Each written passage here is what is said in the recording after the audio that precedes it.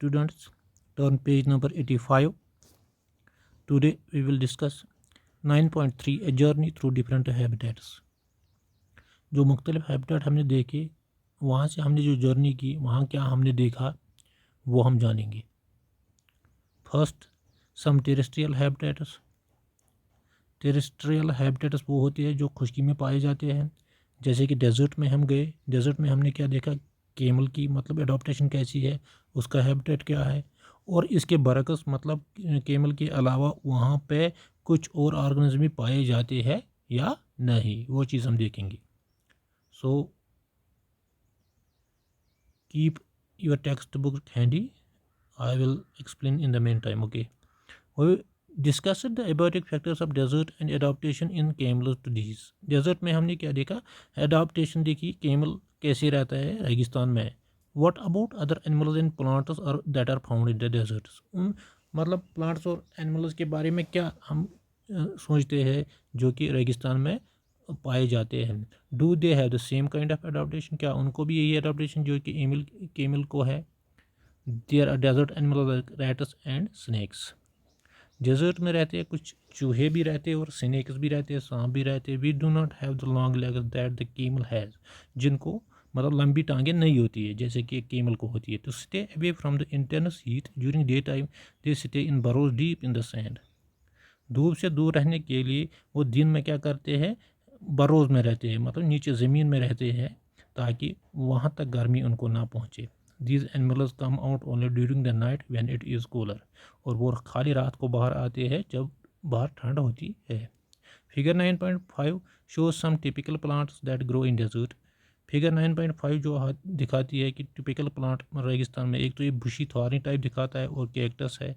ये 2-3 प्लांट्स है जिनकी एडाप्टेशन ऐसी होती है कि मतलब उनका जो स्ट्रक्चर होता है स्टेम का या लीव्स ब्रांचेस का, उनकी थोड़ी मतलब परत मोटी होती है ताकि वो एक्सेस वाटर ट्रांसपायर ना करें, यानी कि इवापोरेट खारिज ना करें.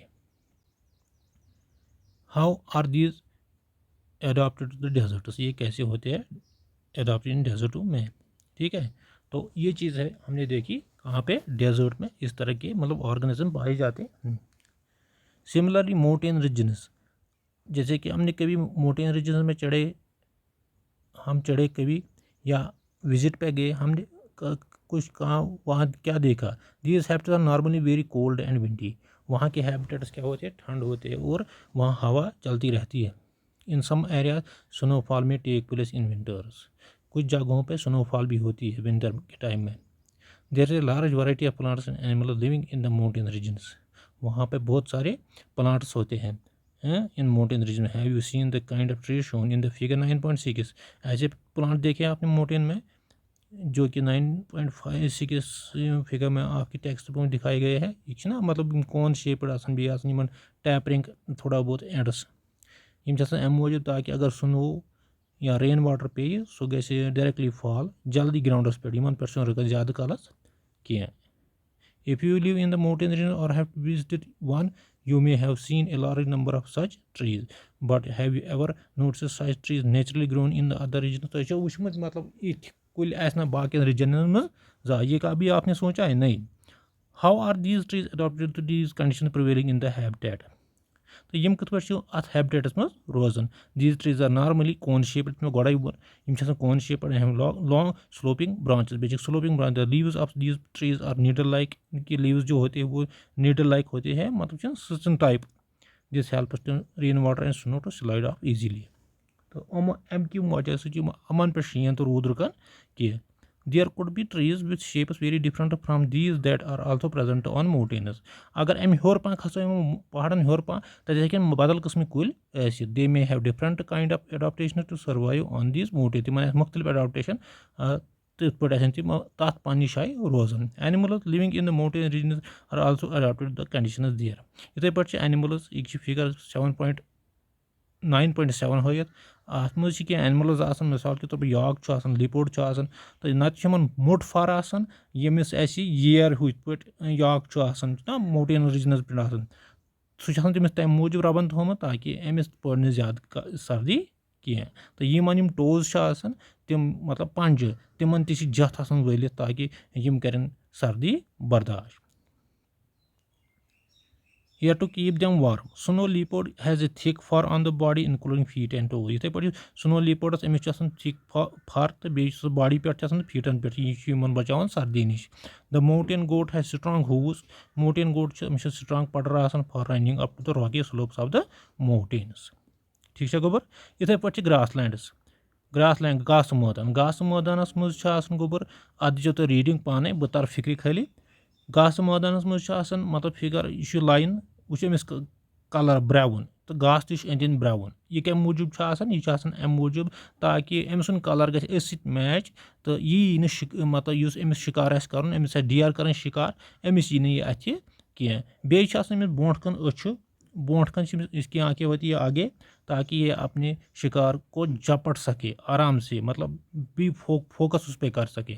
इसी तरह इथे पे यह हिरन यम side dear Amish youth colour कि यह ज़बरदस्त क्विक यह चलान मतलब वाव अमिस खतर बासान हमेश मतलब मे मा खे यह प्रेडेटर तो बह मा गो शिकार अम अमिस जीठ कन तो अम सह बोजान आवाज़ वावाज़ खतर वतर मा आवा ओड बे साइडस अच तो यम साइडस अच अम मूजूब ताकि और योर मा कह जागन वागन तो यह वाच कर ज़बरदस्त पे ठीक है. तो अत पैर गस पाने कर रीडिंग अम पत् पढ़ना बह कह सम एक्वेटिक हैबिटेट्स मिसाल के तौर पर समंदर लेक्स पॉन्ड्स ठीक है. समंदरस मज अक्सर वुचान तत गाड़ गाड़न हज एडाप्टेशन तिमन स्ट्रीमलाइनड बॉडी गो मतलब तिमन पत किन तो ब्रोह कन मतलब तीन दार तो मजस वाइड बे स्केल टाइप फिन्स यम तम सकान तम मतलब आबस मज दयित वयित तिमन रुकन बॉडी पे आब कह. Have you seen plants growing in the ponds, lakes, rivers, and even some drains? Go on a field trip to nearby pond if possible and try to draw different kinds of plants that you have seen there. However, the leaves, stems, and roots of these plants placed. तुम वो Yemen plants मज किस पे roots leaves कहान Yemen मतलब असन बराबर match मज बंद तत क्या कर तिम कर तथ मज मतलब थप करनस मज दिन कुलिस ताकि यह चल और योर कह. Some of these plants have their roots fixed in the soil. In terrestrial plants, roots normally play a vital role in the absorption of nutrients and water from the soil. Terrestrial plants अगर वुचो खुशकी पे कुल तिमन मज क्या function roots तिहज कम कि तिम करें minerals तो water absorb जमीन मज. However, if aquatic plant roots that too much reduced in size, their main function is to hold the plant in place. Go aquatic habitats मज क्या function of plants?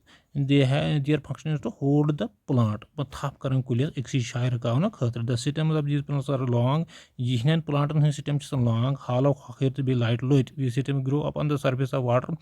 यम खसन कुल surface while the leaves and flowers float on the surface of water. इथे पे leaves flowers नचन आब तहस पे. Some aquatic plants are totally submerged in water. क्या aquatic plants बिल्कुल submerged मतलब आबस तल. All such plants grow under water. Some of these plants have narrow and ribbon like leaves. Upon Yemen submerged plants Yemen ribbon like बेच narrow leaves. These can be bent in flowing water. यम है flowing water bent in submerged plants. Yama submerged plants आप तह तलकन leaves are often highly divided. Leaves divided ज़बरदस्त मतलब तकसीम कर ज़बरदस्त पे. Therefore, through which the water can easily flow without damaging them. तिमो डिवीजनों किन पकन आराम सान वाटर ताकि सह हेकन तिमन डैमेज करित कह. Frogs usually have ponds as their habitat. इथे पे ponds मज frogs मान.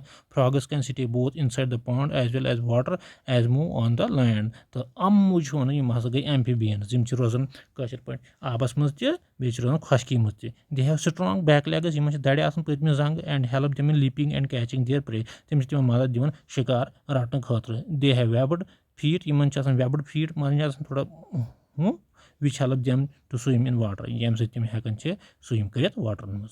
ठीक है गोबर ओत तां गस रीडिंग करें